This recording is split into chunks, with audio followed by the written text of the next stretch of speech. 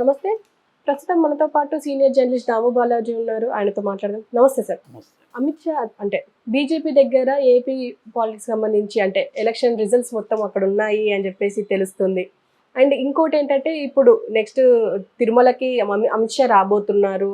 అక్కడికి విజయసాయి ఆయన టీం అక్కడ కలవబోతున్నారు. టీడీపీ వాళ్ళకి ఆ పర్మిషన్ లేదు అంటే అనుమతి లేదు అని అంటున్నారు. అసలు ఏం జరగబోతుందంటారు? అంటే ఇది ఏంటంటే ఎన్నికలు తర్వాత రకరకాల ఊహాగానాలు ఉన్నాయి. ఈ ఊహాగానాలు దాని ఏమంటారు, సినిమా భాషలో ప్లాట్ థిక్కెన్స్ అంటారు. అంటే ప్లాట్ థిక్ అయిపోతూ వస్తుంది. సినిమా గడిచే కొద్దీ ఇంటెన్సిటీ థిక్ అవుతూ వస్తుంది కదా, అలాగా. అంటే ఒక ఇంటర్వల్ బ్యాంకు, దాని తర్వాత రన్నింగ్ స్టోరీ, అలాగా ఉంది ఇది కూడా. ఒక వేగం పుంజుకుంటుంది, రకరకాల ఊహాగానాలు వస్తున్నాయి. ఎవరు కూడా ఎగ్జిట్ పోల్స్ బయటకు వచ్చే వరకు వెయిట్ చేయట్లేదు. ముందే తెలుసుకుందాం ఎగ్జిట్ పోల్స్ అన్న ఆతృత బాగా పెరుగుతుంది. ఈ కాంటెక్స్ట్లో ఒక న్యూస్ వైరల్ అవుతుంది. దీన్ని వైసీపీ వాళ్ళు సర్క్యులేట్ చేస్తున్నారు. ఇదేంటంటే అమిత్ షా తిరుమల రాబోతున్నాడు. సో ఎందుకంటే ఈరోజు ఈవినింగ్కి ప్రచారం సమాప్తం అయిపోయింది. ఇంకా వాళ్ళు చేసే పనులు ఏమి ఉండవు. సో ఎన్నికల రోజు ఎలా డీల్ చేయాలనేది 7th phase, first day June 1న ఎల్లుండికి ఎన్నికలు జరగబోతున్నాయి. సో ఈ కాంటెక్స్ట్లో అమిత్ షా తిరుమల దర్శనం చేసుకోబోతున్నాడు. అయితే ఆయన విజయసాయిరెడ్డి బృందంతో కలవబోతున్నాడు అన్నది వైసీపీ వాళ్ళు లీక్ చేస్తున్న వార్త. ఇందులో నిజముందా లేదు తెలీదు. అట్లాగే తెలుగుదేశం పత్రికల్లో కూడా ఏమొచ్చాయంటే ఆయన ఇట్లా పర్యటనకి అయితే వస్తున్నారు, తిరుమల పర్యటనకి. బట్ తెలుగుదేశం అంటే పవన్ కళ్యాణ్ కానీ చంద్రబాబు కలుస్తున్నాడా లేదనేది తెలియరాలేదు అని రాశారు. అంటే తెలియరాలేదంటే ఏమిటి, ఇంకా కూడా ఎందుకు తెలియరాలేదు, టైం లేదు కదా, కాబట్టి లేదనే మనకు అర్థమవుతుంది. ఉండుంటే ఈ పాటికి ఫ్రంట్ పేజీలు ఊదరగొట్టుండేవాళ్ళు. చంద్రబాబు, పవన్ కళ్యాణ్, అమిత్ షా భేటీ తిరుమలలో ఇవన్నీ కొట్టుండేవాళ్ళు. ఇవి కొట్ల. ఆల్రెడీ చంద్రబాబు పవన్ కళ్యాణ్ భేటీ మాత్రం లైవ్లు పెట్టారు ఏబిఎన్లు వీళ్ళందరూ. అంటే క్లియర్గా అమిత్ షా తిరుమలకు వచ్చినా కూడా మర్యాదపూర్వకంగా కూడా చంద్రబాబుని, పవన్ కళ్యాణ్ ఎందుకు కలవట్లేదు అనేది ఒక ప్రశ్న. రెండో ప్రశ్న ఏంటంటే విజయసాయిరెడ్డి టీం ఒకటి సీక్రెట్గా వెళ్ళి కలవబోతుంది అమిత్ షాని అని ఇంకో ప్రశ్న. ఆల్రెడీ మనం ఒకటి చెప్పుకున్నాము. స్పెక్యులేషన్స్ ఎలా ఉన్నాయంటే లండన్లో కూడా జగన్ని బీజేపీ ప్రతినిధులు కలిశారని ఒక న్యూస్ వచ్చింది.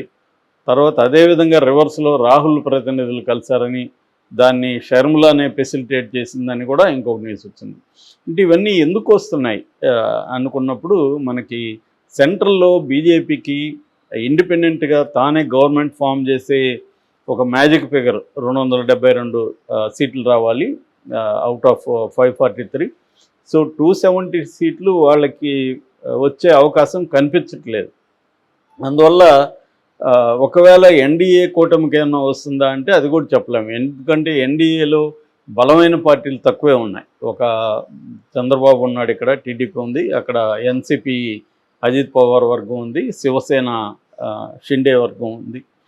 ఇంత తప్ప పెద్దగా లేదు. అన్నీ చిన్న చిన్న పార్టీలే. తమిళ కాంగ్రెస్, పిఎంకే ఇట్లాంటి తమిళనాడులోనే ఒక 4-5 ఉన్నాయి.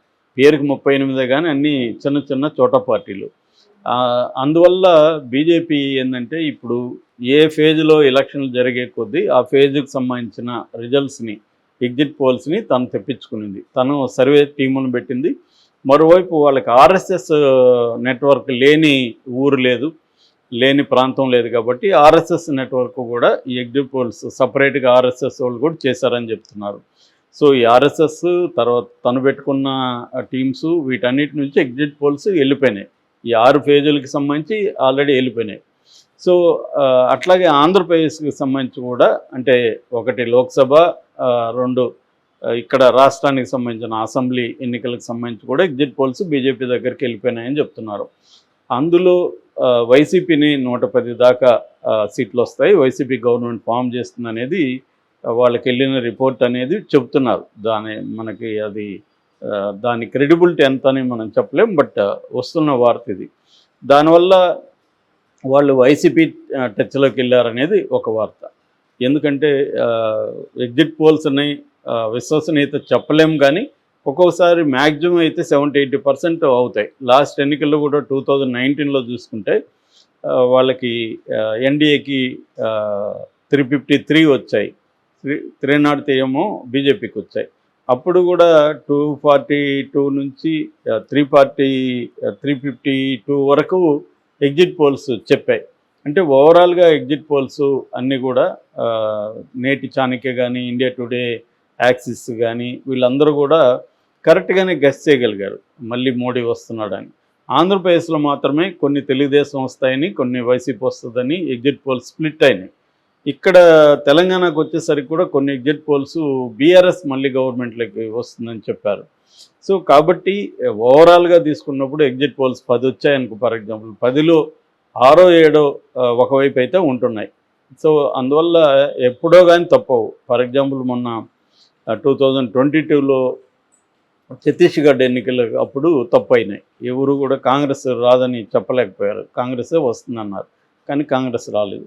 సో అలాగా ఒకవేళ తప్పైనా ఎగ్జిట్ పోల్స్ ఎందుకన్నా మంచిది వీళ్ళతో టచ్లో ఉంటే బెటర్ అనేది అనుకుంటున్నారు. ఎట్లాగంటే చంద్రబాబు ఎలాగ ఇంకా బయటికి వెళ్ళడు, సో జగన్తో కూడా మనం టచ్లో ఉండాలి.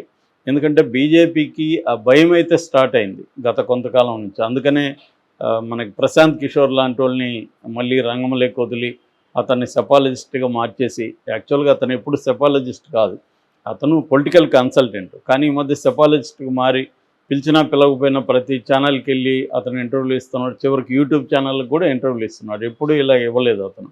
దాన్ని బట్టే వాళ్ళ కంగారు, వాళ్ళ టెన్షన్ అర్థమవుతుంది బీజేపీకి. సో ఈ టెన్షన్ ఉంది కాబట్టి ఏ పార్టీని కూడా మనం ఎనిమిగా చేసుకోవద్దు, ప్రతి పార్టీతో టచ్లో ఉందాము అనేది బీజేపీ స్ట్రాటజీగా చెప్తున్నారు. అందుకని చంద్రబాబు పవన్ కళ్యాణ్ ఎలాగో ఎన్డీఏలో ఉన్నారు కాబట్టి ఒకవేళ రేపు పొద్దున అక్కడ టగ్ ఆఫ్ వార్ బలంగా ఉండి ఇండియా కూటమి కూడా గవర్నమెంట్ ఫామ్ చేసే పరిస్థితులు ఉంటే జగన్ అటు జంప్ అయ్యే అవకాశం కూడా ఉంది.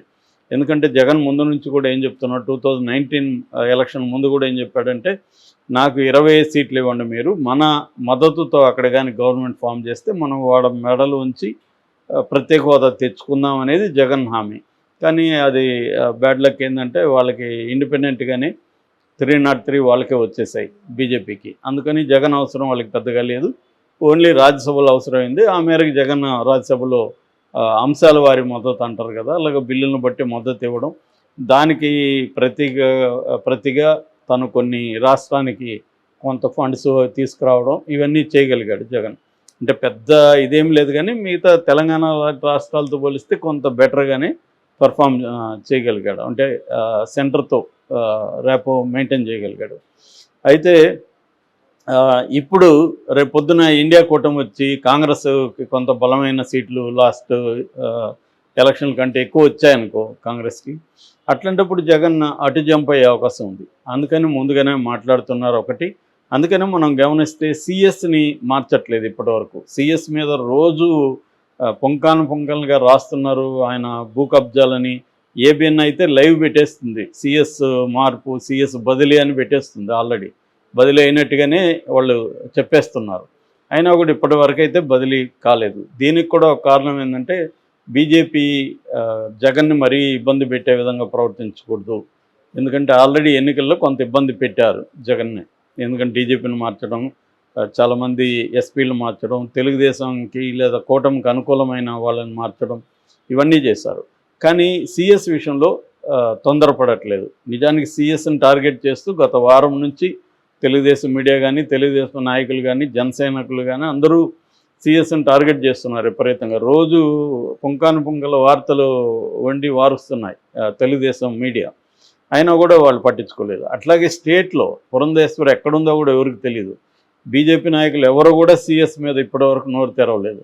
అంటే క్లియర్గా బీజేపీ జగన్తో కూడా గొడవలు వద్దు అనే అభిప్రాయానికి వచ్చిందా, ఎందుకు మారింది బీజేపీ అనేది ఇప్పుడు చర్చ అనమాట. అందుకని ఈ నెరేటివ్ వినిపిస్తుంది. బీజేపీకి ఎగ్జిట్ పోల్స్ వెళ్ళాయి కాబట్టి, అందులో జగన్ గెలుస్తాడని ఉంది కాబట్టి జగన్తో మంచిగా ఉందాం అన్న ఆలోచన బీజేపీకి వచ్చిందని చెప్తున్నారు. ఇది ఎంత నిజం అనేది మనకు తెలియదు. బట్ ఎల్లుండి ఎగ్జిట్ పోల్స్ వచ్చినాక కొంతవరకు ఇది నిజమో కాదో చెప్పచ్చు. Okay sir, thank you.